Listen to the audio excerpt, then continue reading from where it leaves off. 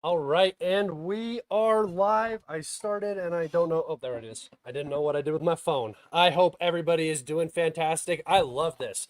First off, yeah, I am doing better. I appreciate it. Guys, my throat was destroyed yesterday, and I was like, if I go on and talk for an hour, I'm just gonna keel over. So, I appreciate everybody dealing with the no daily updates and the um, lack of live streams. I mean, I don't know if I would have done one anyway, but I definitely couldn't have because of my throat. So I really do appreciate all of you putting up with that. If you just give me 1 second, I'm just going to post my live stream and then we will get into it. And I already saw people putting their countries up there, which I very much like to see. Even before the live stream started. So if you guys are in here and you're watching and you want your city called out or your country called out, go ahead and throw it up. You know, I love to see where you guys are at. All right, there's one, and let me go do the other one, and we will get started, everybody. We are very close, and we have a lot to talk about too today. So, there we go, and we will get started right now. Okay. All right. All right. Let's go through some of these, shall we? Let's see. Vermont, Puerto Rico, Portugal, Sweden. Hello from Nadia. That's just London in a closet. That's just a gay guy in a closet somewhere. Sweden. Caught a live one in the UK. Awesome, man. Welcome, welcome. Vancouver, Lincoln City. Finland. Awesome, man. That's awesome. Jackson State Prison. Awesome. Watching the live stream from prison. That's what's up. Hi from Iran. Canada, Moscow, Afghanistan. You guys are awesome. It's so cool. We have people from all over the world in here to listen to my word probably that I shouldn't say on live stream, but talk. So I really do appreciate that. If you guys want to find more of my work, you know where to go. The links are in the description of the YouTube video. You've been here long enough. You guys know that my series on Patreon is available for everybody and constant updates on my Telegram and Twitter. I'm going to stop harping on that. You guys hear it every time. I get tired of saying it. So if you want to support me over there, that's where you can find me. Thank you guys so much. Let's go ahead and get right into this. We have a lot to talk about. I'm obviously going to start with Ukraine, guys. That's sort of my area of expertise a little bit more than the Middle East. And if I make mistakes when it comes to the Middle East, guys, especially locations and geography in particular, I haven't spent the most time looking at the maps and the regions and everything like that. If I mispronounce names, I'm sorry. I have a pretty good idea of what's going on. But in terms of like the actual, I mispronounce Ukrainian names and I've been staring at those for 10 years. You'd think I'd figure it out by now, but I have not. So first and foremost, obviously we're going to start with the map updates. And from the title, you can see that this is going to be focused on what the AFU needs to do really to sort of stabilize the situation. They are looking at multiple encirclements, multiple salients that they're finding themselves in. The situation is getting worse and worse day by day. So we are going to go over all of that in this live stream. We are going to go over possible next steps for the Russians and really looking at how the battlefield is opening wide open, opening up wide for the Russians to begin to maneuver actually on the battlefield. We're going to talk about that a little bit. And then at the end, I will talk about the very serious situation in the Middle East. And I will go into some depth about all of that. Okay. Appreciate you all. That's just the itinerary for today. If you guys have questions, remember you can always support me and ask your question and get your question answered on air by doing that through Super Chat. I like those the most because I get to interact with you guys when you actually support me. That's like my favorite part of that. But if you have questions and you want them answered, you can always throw them up in the chat and I will get to them if I do see them. And I'm sorry if I missed them, guys. All right. So here we go. Let's get started with the old map today. In the Kursk region, fighting is still going on. Just not a lot of information comes out of this area. And again, remember, there's a lot of gray zone around the blue controlled zone. So there's a lot of fighting in this gray zone. The Russians are pushing in and capturing some of these villages. But again, not a ton of movement here. But there doesn't really need to be movement if you're the Russians, right? This is part of the aspect that I'm talking about today. Ukraine is suffering immensely from manpower issues. I harp on it all the time. And what this Kursk operation represents is a open wound, right? This is a extended front line that Ukraine is forcing supply into, manpower into, and achieving absolutely no results on the battlefield. It's not benefiting them in any way, and they are stuck here because of PR, and they keep feeding and feeding and feeding. It has turned into a Bakhmut in the later months. It has turned into a Krinky at a much larger scale. And the situation is never going to improve here for the Ukrainians. So first and foremost, my first idea for the Ukrainians on how to improve their situation is remove themselves from this area. This makes no sense. It does not benefit the Ukrainians at all. And it's just a detriment to both, the political situation, the diplomatic situation, and the military situation. It really makes no sense at this point. It started on August 6th. It progressed to about August 12th. And then after August 12th, we have seen no further advancement by the Ukrainians and just losses. So, yeah, Kursk is the nightmare that I thought it was going to be, and I imagine the nightmare that most of you thought it was going to be. No changes in the Vovchansk area. Remember, Vovchansk is just completely destroyed. It's like a Marinka now, and the Ukrainians are still trying to defend this. So, again, another area of the front line. This is more important because this is actually on Ukrainian territory. And so I understand why the Ukrainians are trying to hold the Russians back here. If they do not, it's going to develop massive problems for this entire, Izium and the Oskol bridgehead. Everybody doing good? Everybody doing good? Cool. Cool. All right. Heading into the Peshani area, the Kupiansk front right here. This is an area that everybody should be paying very close attention to. The Ukrainian units in this area have become extremely weak. The idea of holding this bridgehead really doesn't make any sense any longer. The original goal was to reach Kremena and push down into Zvatove.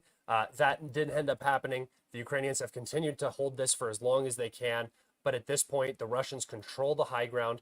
They now have interdicted the highway that runs north-south from Kupiansk all the way down to Liman area down here. The situation for the Ukrainians, especially up in this northern pocket, is becoming extremely tense.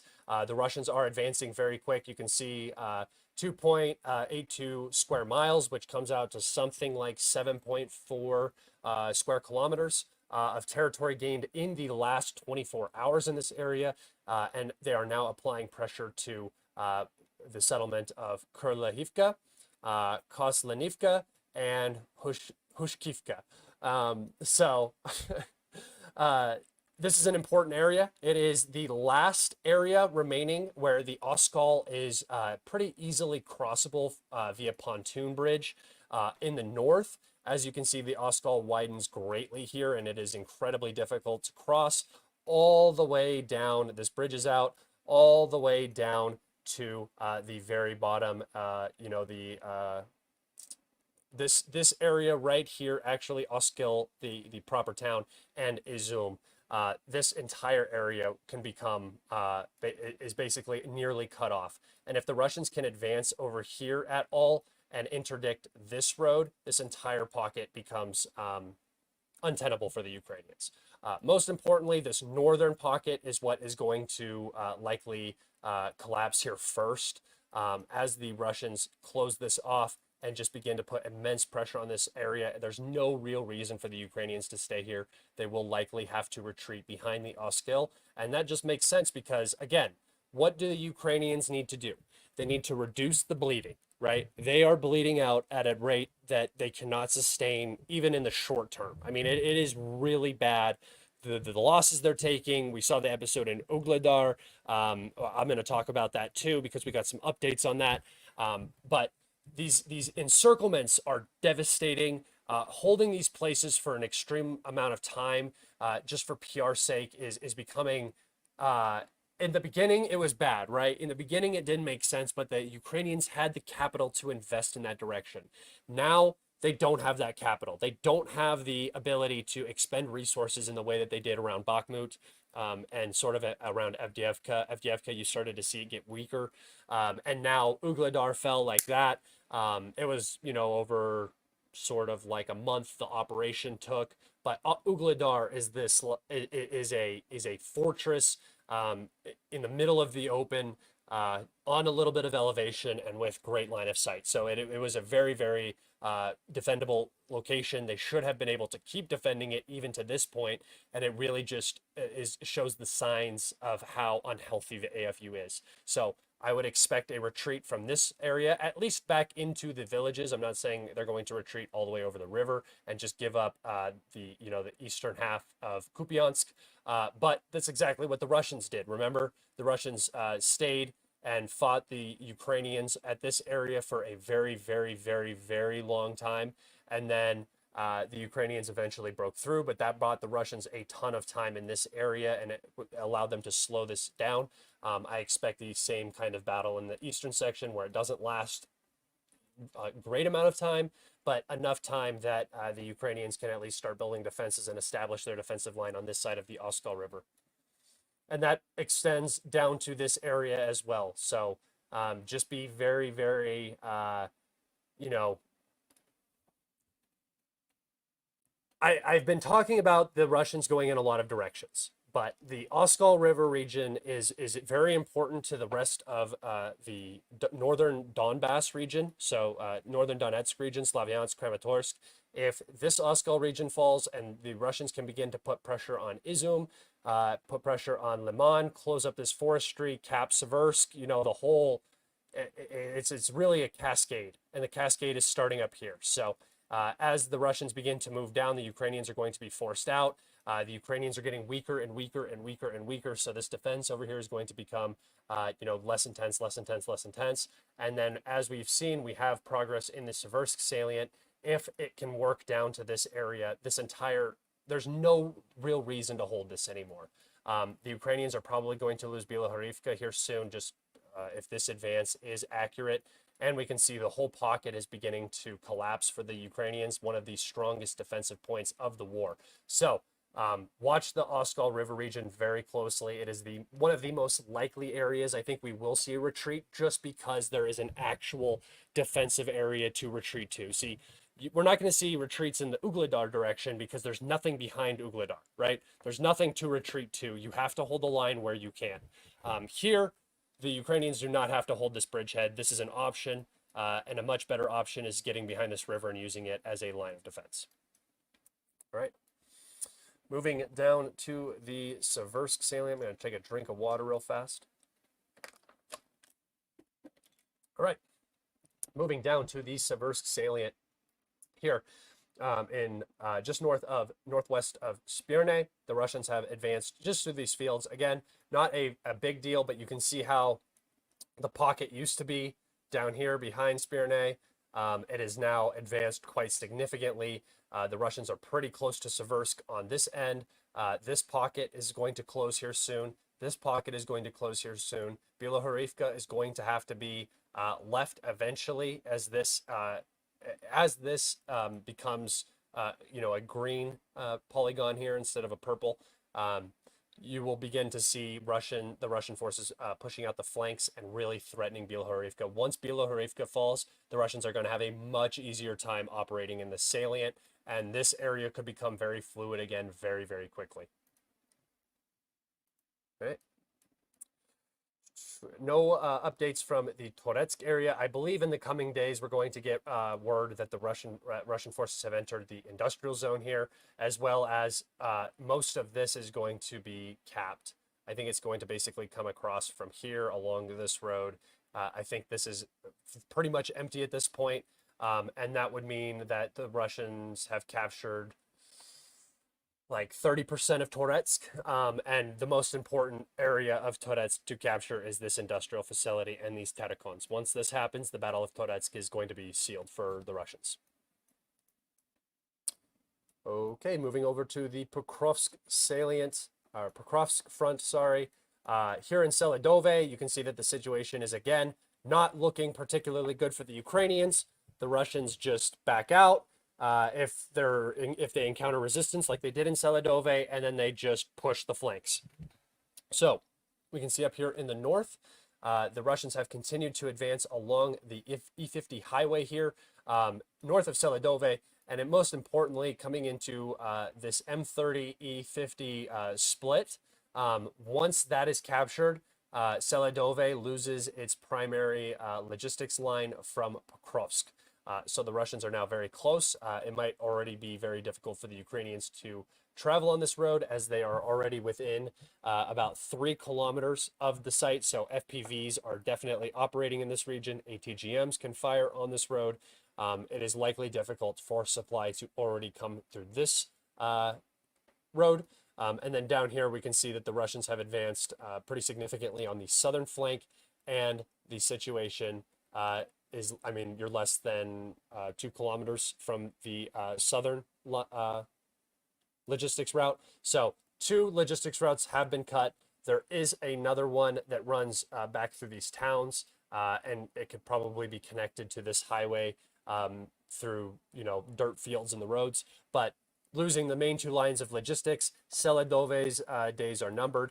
Wait for one more advance up here. As soon as the Russians advance to the north, Seladove will begin to collapse for the Ukrainians. You'll begin to see Russian movement through the southern hospital area, and then this will be the final area that will probably fall. But yeah, so not a lot of movement in this direction. The Ukrainians have moved a lot of reinforcements here and have really tried to stop the Russians in the Pokrovsk direction. If the Ukrainians lose Pokrovsk, it is seen by them as a strategic defeat, right? So they have heavily invested in keeping the city, and that's why we have seen very, very little progress in the direction of Pokrovsk itself. But we have seen progress just about everywhere else. All right. Here in Sukhurny, Russian forces have crossed the railway bridge and have captured most, if not all, of the locality. We're waiting for confirmation on this last little area, but again, kind of divided by these ponds and sort of isolated. So I don't think the Ukrainians are going to be able to hold here for very long. And this is exactly what I was talking about in the last update, if you guys remember.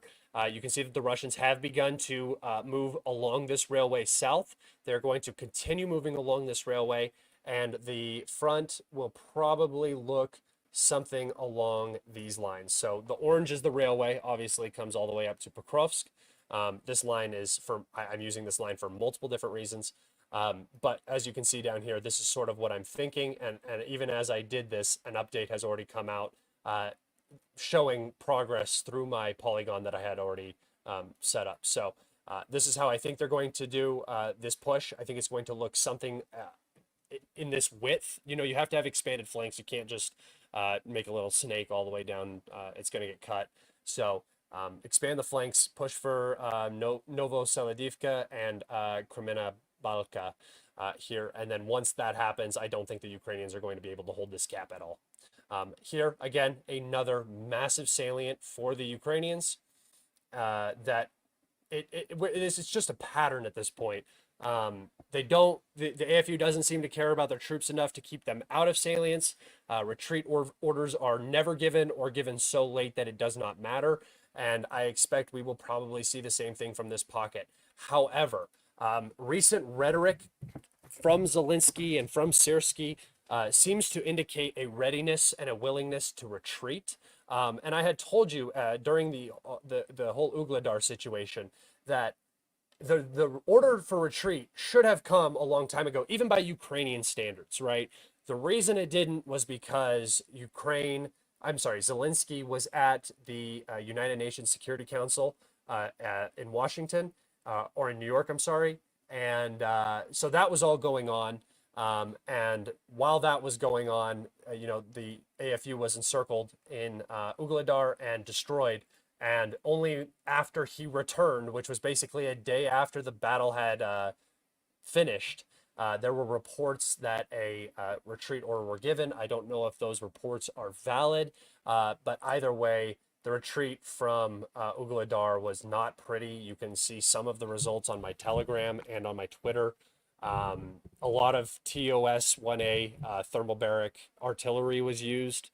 Um, it was bad. It was really, really, really, really bad. The exit. A lot of Ukrainians died.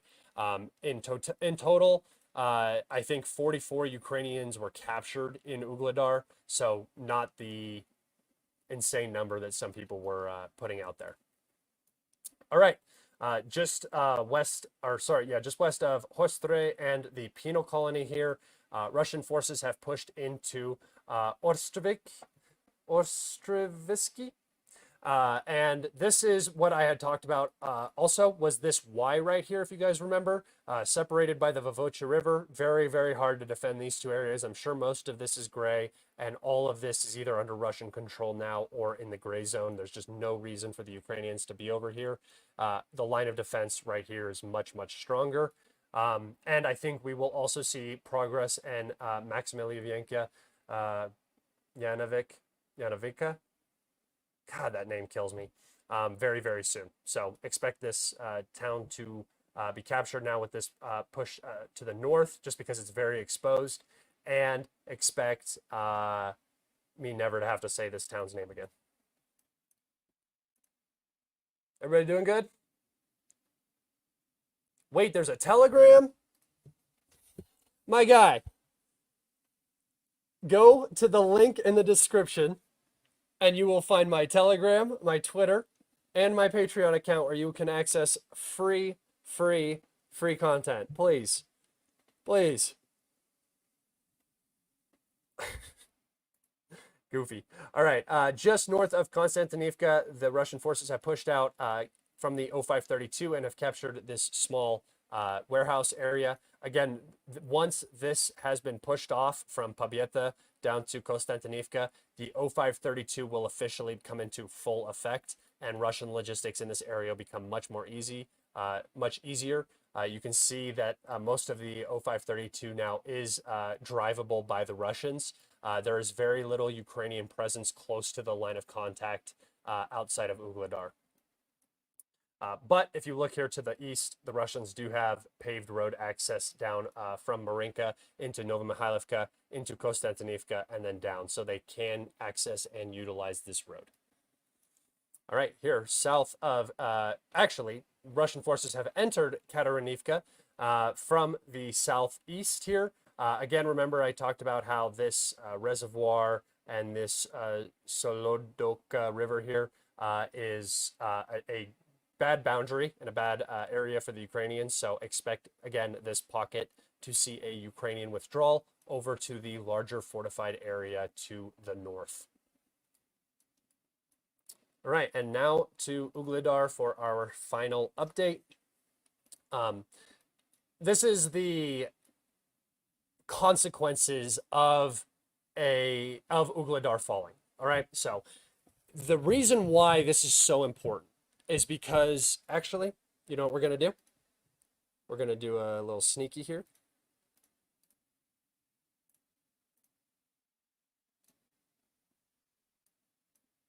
Okay. So here's why Ugledar is so important. It is on the only natural high ground in the region. The Russians are now going to push out of Ugledar along this high ground and push on this city, or this town, and this town right here, just utilizing this high ground. We've seen it time and time again. There's not a doubt in my mind that that's the way that they're going to go about this.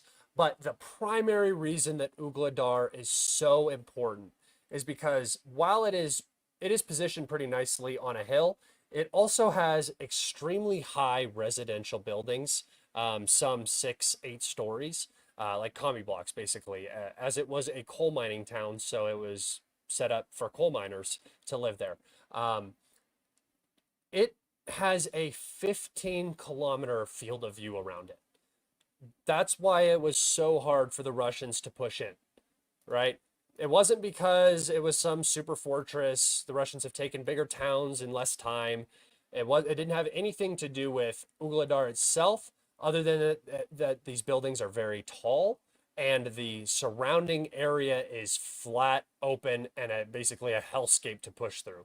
We saw multiple pushes here that ended in complete disaster for the Russians in minefields. So it's a very difficult place to capture. And now that it is captured, the Russians are going to be looking at something like this on the front. This is probably the biggest tactical shift, almost strategic shift for this conflict that we've seen since, Avdiivka fell, maybe something like that. You look at how much vision this provides the Russians. So previously, the Russians could not approach, right, because of the vision that Ugledar provided. Now the Russians are looking at something like this for the vision that Ugledar provides. Some Ukrainian sources are complaining that they basically can see all the way to Kharkov, so keeping this area supplied is incredibly difficult, and I think we are going to see very quick Russian progress through these villages, and most importantly, over here to the west into Novoyukrenka, which once they gain access over here, this area is just going to fold. There's just nothing here to help the Ukrainians defend. You can see that they're coming up to their last fortified positions. I have scoured this entire area and I cannot find more. Here's one up here, but that's closer again to Kharkov. That's sort of in the Kharkov line. But down over here, there's just not a lot going on. There's some in these villages, again, that run along this line, but they're not meant for push eastward, so they don't really help very much. Yeah, so 15 kilometers, and I'll put it out here. It's something like 9 miles. So yeah, you can see that basically all the way up to this road is now within their line of sight, and all of these villages are now also within direct line of sight, which means that they have ATGM fire in this entire area right here. It's going to be very difficult for the Ukrainians to last.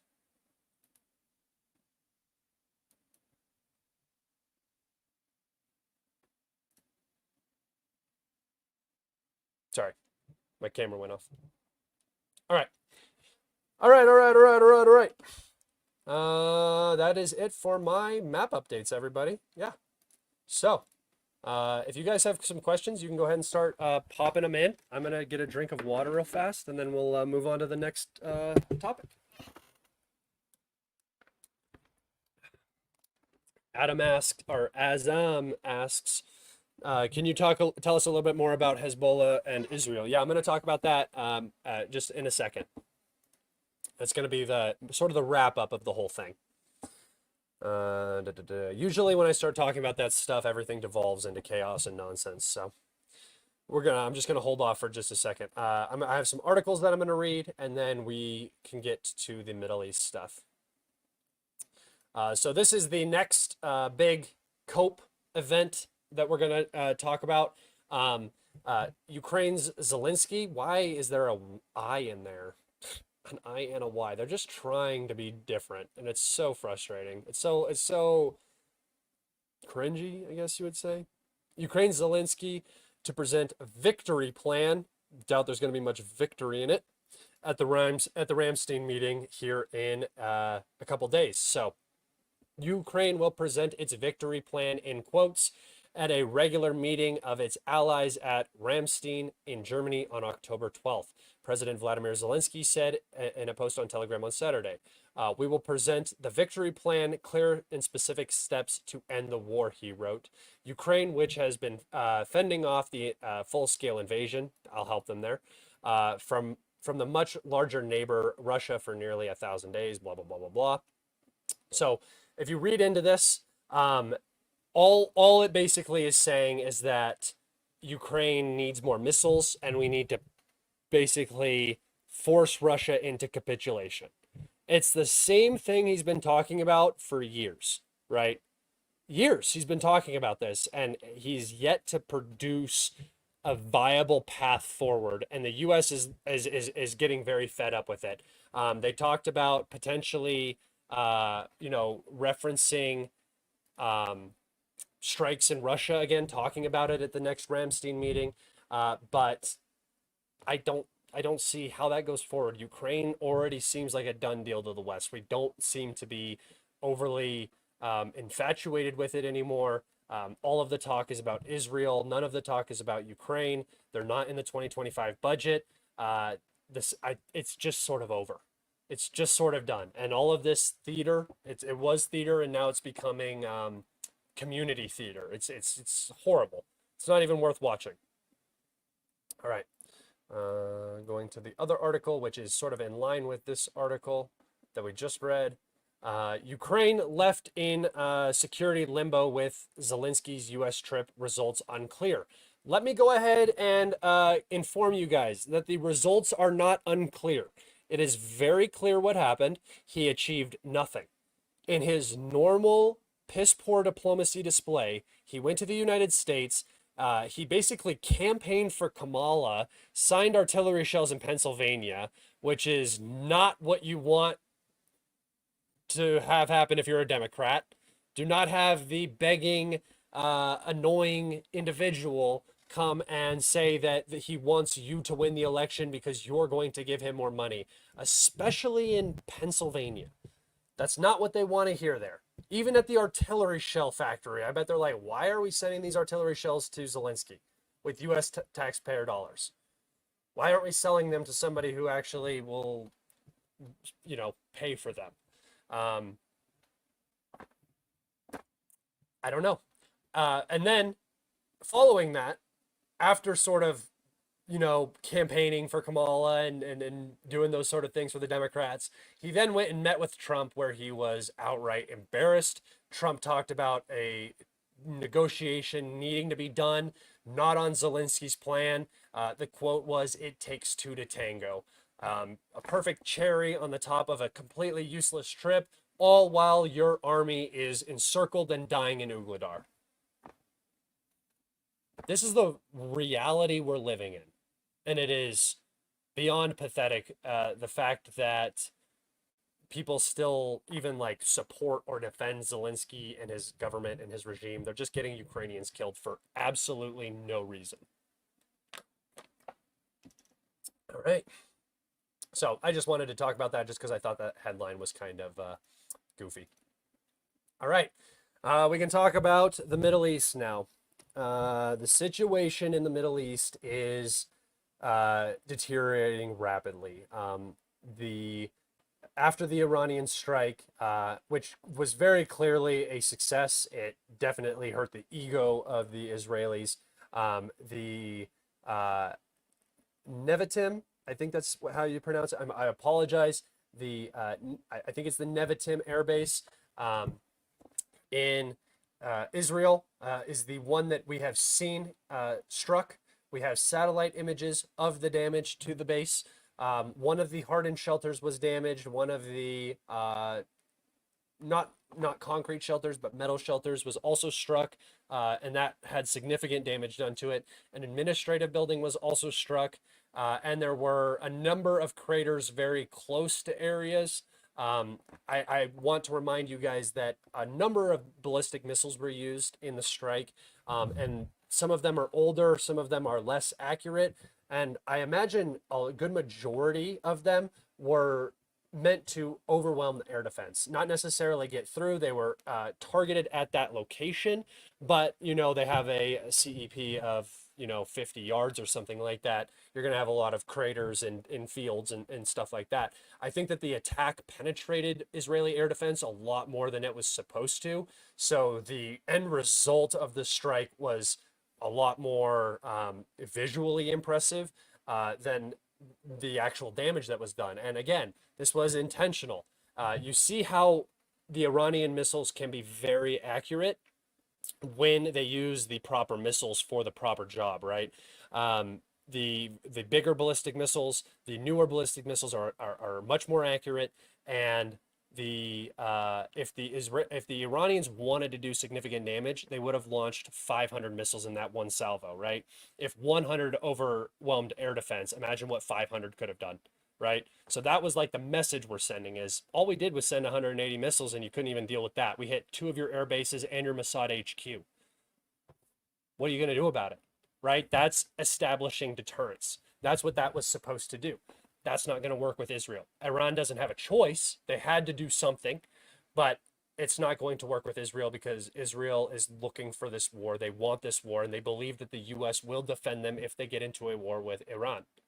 That is the situation. And I don't blame them. I think that they are very real. That's a very realistic way of looking at the situation. So the Israeli response is expected tonight. There are no real clear indicators of what the targets are going to be. All Iranian ships in the, I want to say it's not the Red Sea, where it's the, is it the Gulf of Oman? Yeah, the Gulf of Oman, and the Strait of Hormuz. One of their naval facilities there has been evacuated. All of the ships are out, not going to be sitting targets for Israeli strikes. There's no word if they're going to strike nuclear facilities or oil production facilities, both. We just don't know. But either way, if there is any kinetic Israeli response to Iranian territory that is anything less than a face-saving strike, I do believe we will see an Iranian response, and then escalation is going to just go into free fall. I mean, nobody's going to stop escalating, and we're going to be in an all-out war in the Middle East. And I think it's what most people want.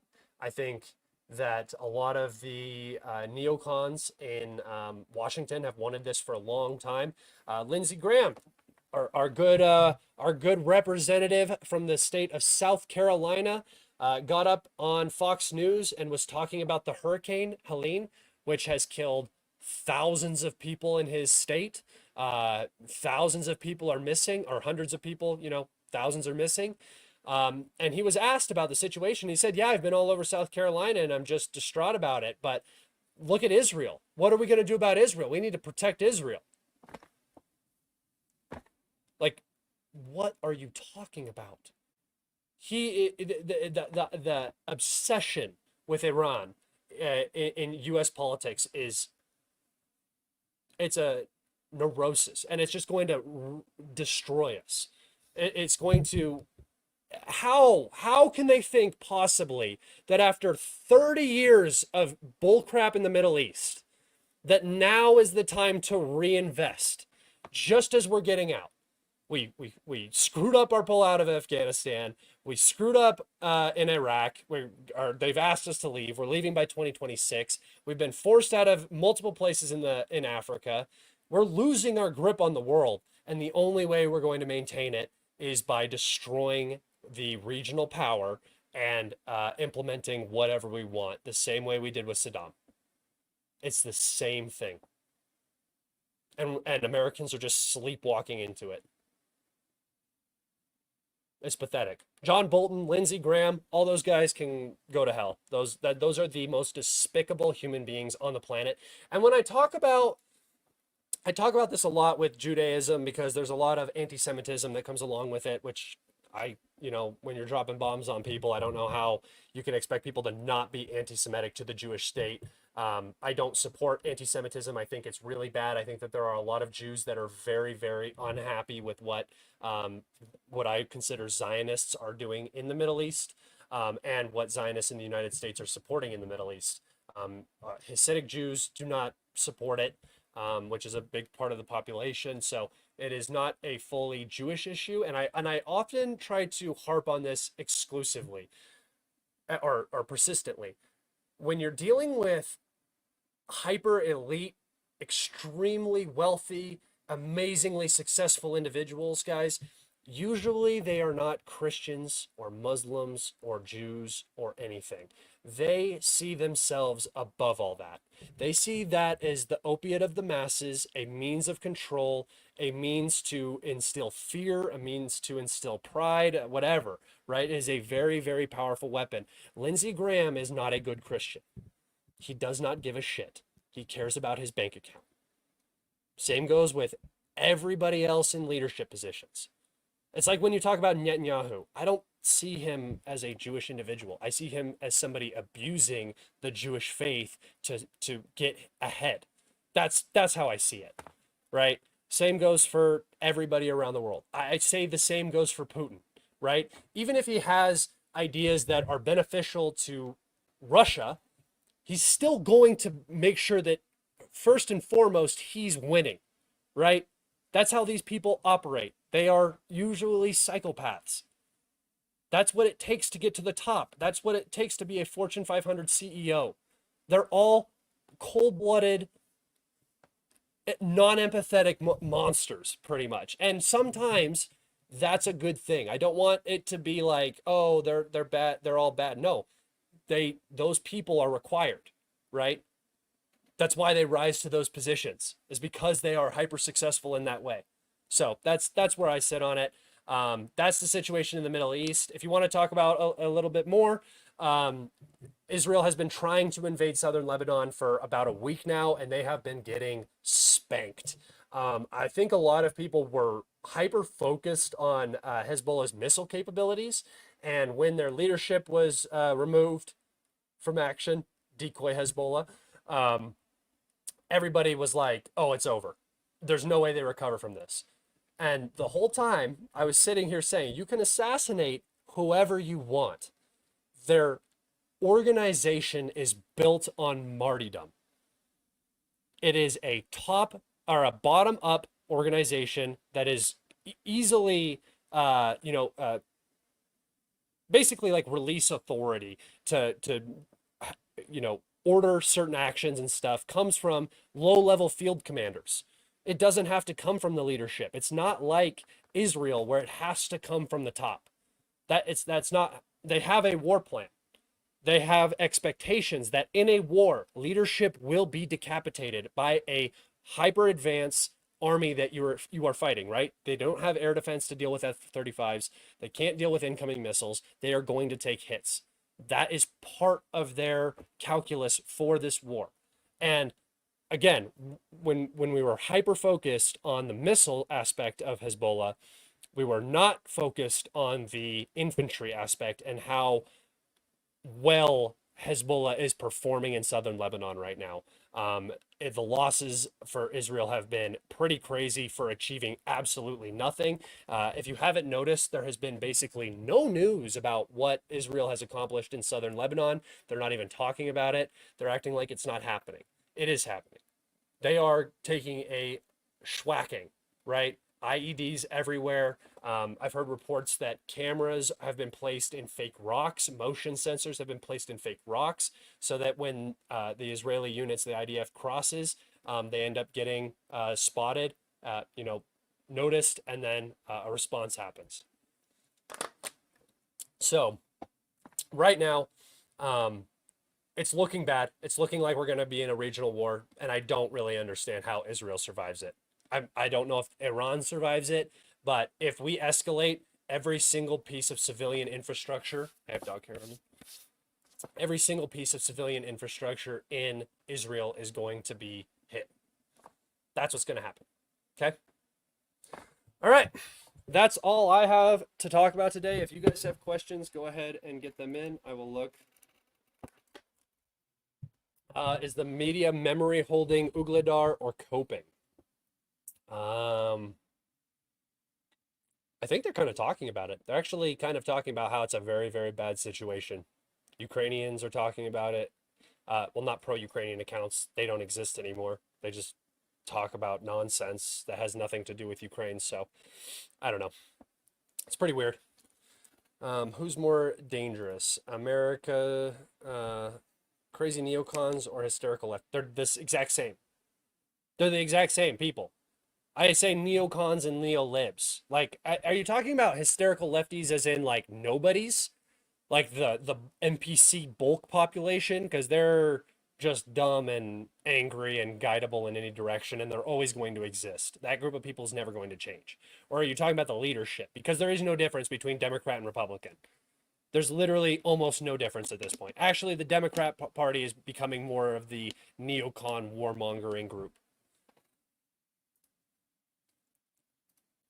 Who will support Iran in a war? Well, Russia's about to sign a security agreement with them, so very possibly Russia's already been sending them air defense equipment, electronic warfare equipment, stuff like that. So probably Russia, and probably China. China has an invested interest in peace in the Middle East, unless of course the U.S. is involved, and then China has a huge invested interest in keeping a war in the Middle East going, with the U.S. being dragged into it and focusing on the Middle East instead of focusing on, the South China Sea and Europe.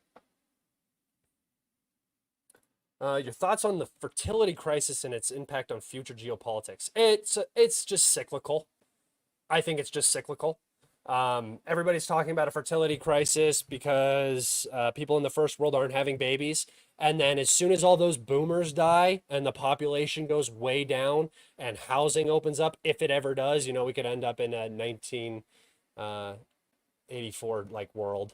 And everybody will be renting from BlackRock and loving it. But I don't really think that that's going to last. I think that there is going to be a pretty major global economic event in the next 10 years. And that will be a huge reset button on the world in general. And as all those boomers begin to die, resources are going to become more available to everybody. If prices come down, people are going to start having more babies. The reason why the first world isn't having babies is because babies are a liability. They're no longer an asset. Back in the day, you used to have kids because the kids were supposed to achieve more than you. The whole goal was getting a life better for your kids than you had, right? And through that, you put them through school. You invested in them, and then the return on investment is eventually probably they take care of you, honestly. Now that's not the case. Now kids are just 18 years of liability. They tend to ruin people's lives in the first world in terms of they can make somebody's life awesome. Don't get me wrong, not saying that. But financially, it really limits what you can do in your life. And a lot of people are just choosing to not have kids or have them way later and only have one of them. So it's going to change. It's going to shift around. Whether it's a nuclear war or, whatever, a global war, whatever happens, everything balances out eventually. And everything comes back around. So unless we're extinct. Will Iran versus Israel U.S. war in the Middle East go nuclear? Yeah. The second Iran responds to this Israeli attack, if this escalates, the next Israeli response will definitely be nuclear. There's no option. They're going to get hit so hard, they will have no option. And if the dollar will do it, yes, it will.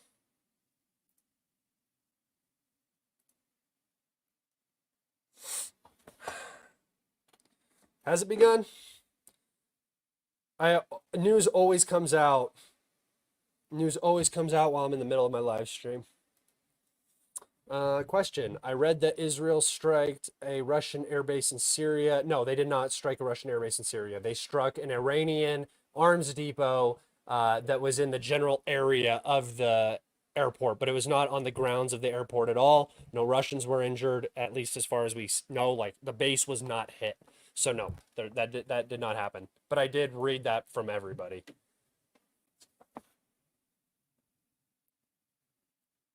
Scott the Nihilist, yeah. Man, I've been doing this for 2 years, and the nihilism pays off the greatest. I'm telling you, just be a nihilistic piece of garbage, and you start to see the world for what it is, and you start to understand the direction things are going to go, and you just kind of have to sit back and let it happen because we're all pretty insignificant. But I'm trying to inform you guys so at least you have some idea of what's going on, because a lot of people aren't going to tell you any of this. Are there any estimates of Israel's nuclear capabilities? Probably 1 to 200 warheads, enough to destroy the Middle East. Possibility of Iran having Russian nuclear weapons? I doubt it. I doubt it. I think if Iran were to gain a nuclear capability, they would be struck immediately by the Israelis. Do you think Israel will take it easy on Iran, or do you think no? I think that they have to establish deterrence again.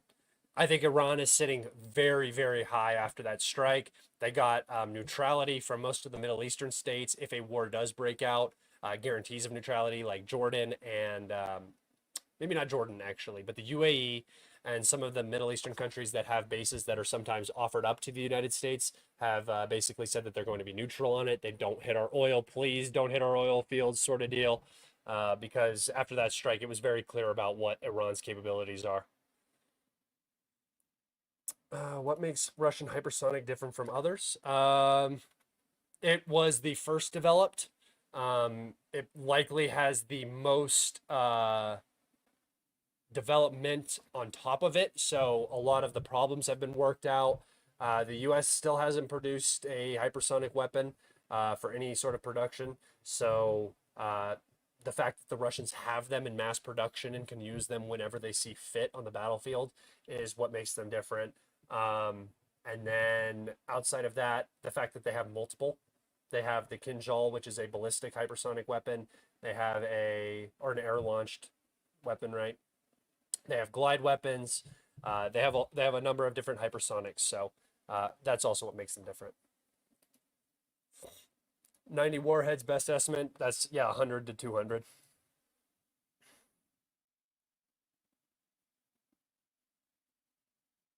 What's the meaning of life? 34. 32?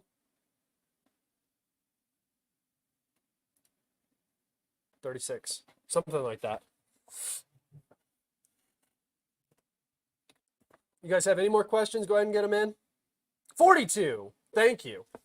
I haven't watched that movie in so long. So long I haven't watched that movie. It's been forever. It was 42. It was indeed 69.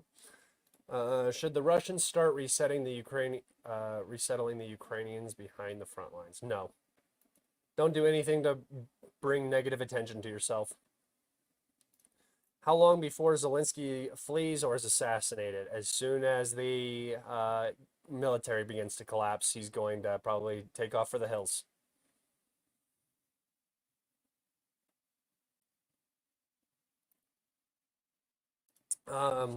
Would Russia have sent Iran S-500s? No, probably not. I don't see why. I don't think they have enough of them to even really do that. Probably just S-300s or S-400s.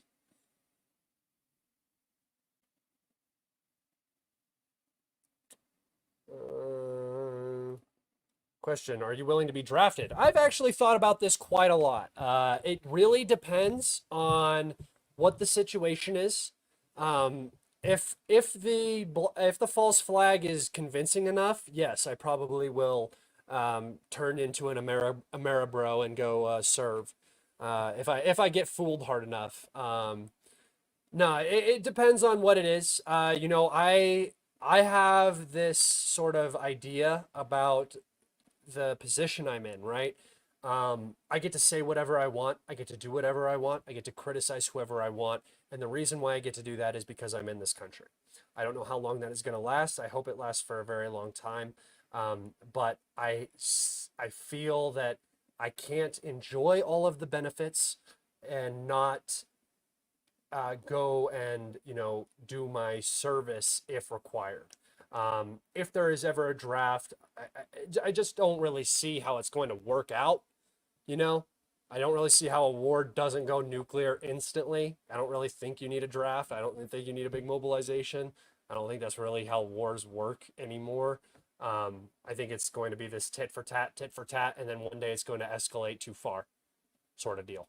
So just make sure you've done what I've done, and you have about at least 6 months worth of food ready to go, bunch of toilet paper ready to go. You have a bug out plan. You have a bug out bag in your car at all times. You have guns on you. Just do that, and at least you'll have a chance, unless you are at the epicenter of a nuclear strike, and then it'll just be really hot for like a half a second. And then you'll be good. Will Putin do anything to protect Lebanon? I don't really think he has to. I think that Hezbollah is going to wipe the floor with the IDF, just like they did the last two times. I think that he might protect Iran if it comes to it, but I don't think he's going to protect Lebanon. Why does China hold back on military support? Because nobody needs their military support. The only thing that does is get China under more sanctions, and that doesn't help the alliance in any sort of way, right? Eventually, they're going to. I imagine if the wars keep accelerating and stuff like this, but China has to get ready for their own war. Russia has their own military-industrial complex that does not need the support of China in terms of finished lethal aid weapons. Maybe materials and stuff for the production of those weapons, like chips and stuff like that. But no, there's no real need for it.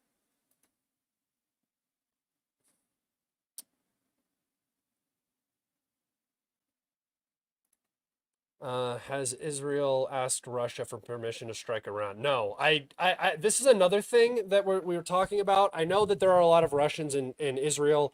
I know that a lot of people think that like the Putin and Bibi are like super close, but if you read off some of their last conversations, it has been cold. It has been like they are not on the same page at all. No, he's not asking Russia for permission. They go to Daddy Washington for permission. Why would they ask the Russians? He might have consulted the Russians and said, "Hey, what's going to happen if we do this?" But I don't think it really changes their situation. What's your opinion on the morale of the IDF? I think that the entire thing is a house of cards. The domestic situation was atrocious. Guys, people forget that Israel was on the brink of like a civil war. There were politicians setting up their own militias and stuff and getting ready for coups. That was how it was happening before October 7th. That's why a lot of people are sort of suspicious about October 7th, because it saved Benjamin Netanyahu. It has saved him for over a year, and Gaza is now being ethnically cleansed, and he's looking for a war with Iran because that's how he stays in power. That's how his government stays in power. It's the same thing Zelensky's doing. If Zelensky had nukes, he would be doing the exact same thing. It's the same playbook everywhere you go. It's the exact same. Their fingerprints are all over it. You can see it. It's Washington's playbook. It's everywhere. All right. Last question I'll answer here.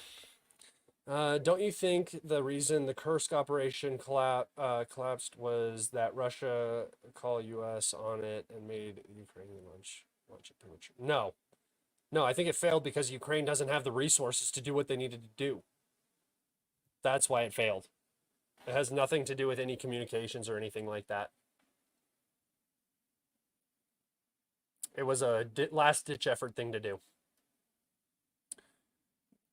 Genuinely love your opinions. Keep it up. Thank you. I'm just going to keep boosting all of the comments that confirm my bias. You ever thought about covering Russian military operations in Mali and the rest of Africa? A lot is going on right now. I have. Again, I would feel out of place talking about that kind of stuff. Geopolitics in Africa, I might be able to understand a little bit, but I have just no idea what's going on with Russian operations in Africa. So I would have to look into it. Maybe if you guys really want me to cover it, it's just a very niche topic that a lot of people don't really care about unless something dramatic happens like a coup. And I did cover that when the coup in Niger happened and stuff. All right. I said last one a couple questions ago, but did you see the video of Bibi's address after the strike? The cameraman had to go from full torso to face zoom to hide his shaking hands. Maybe he thinks he overplayed his hand. No. Well, maybe. Maybe he just drank too much caffeine. Bro, sometimes when I get out of the gym, I'm like, you're staying up all night in a security room, right? Drinking a bunch of coffee. You go out and you make a speech. You're got to deliver bad news. I wouldn't overly look into body language stuff like that, just because it can be a lot of different things. Let's see. What will be the repercussions for Europe and the U.S. after they invested so much in Ukraine and end up losing? For the U.S., hardly anything. For Europe, a lot. And if Europe takes a hit, then the U.S. might take a hit because they're going to lose one of their larger trading partners if they take a serious economic hit, or Europe's on the bag for Ukraine now, on the hook. Sorry, Ukraine's on the hook for Europe's on the hook for Ukraine. Ugh, sorry. So they're the ones that we're going to have to financially support them, militarily support them, which they won't be able to for very long. The U.S. is done. I'm telling you guys, after this election, you will just not hear about Ukraine anymore. They're just trying to keep Ukraine alive until after the election. Unless they're trying to start a war, like if they are actually going through with this war in the Middle East, then I don't know. Because then the entire playbook changes. If we get into an open war, the entire situation changes. Predictions are meaningless that came before it, and we'll have to address all of that as it happens. All right, guys, I am going to oh, hold on. I already trained. I trained arms. I am like 240 now. I'm starting to wear all my extra larges. You can see this kind of drapes on me because my double XLs, because my XLs are starting to get tight again. I'm like up. I went up from like 230. I'm up to like 240 now. My legs have filled back out. And I'm starting to get into the position where I think might do another bodybuilding competition eventually. So, yeah, that's on the docket. Things are going good in the gym. Thank you for that question. I wanted to talk about that. All right, guys. Thank you so much, everybody. I appreciate you so much. If you guys want to find more of my work, you can do that by going to the links in the description on the YouTube channel video. You will find my Telegram, my Twitter, and my Patreon. You can follow me all of those places for free. Somebody had asked me on my Patreon to upload the demonetized onto Telegram, which I actually just might start doing. A bunch of YouTube accounts have been getting deleted without reason. So if that ends up happening to me, I will find another route to get this information to you guys. And I will apologize truly because I like to do it here. Thank you so much. Have a fantastic rest of your weekend. Go Chiefs. And yeah, I will see you guys probably on Monday. Goodbye.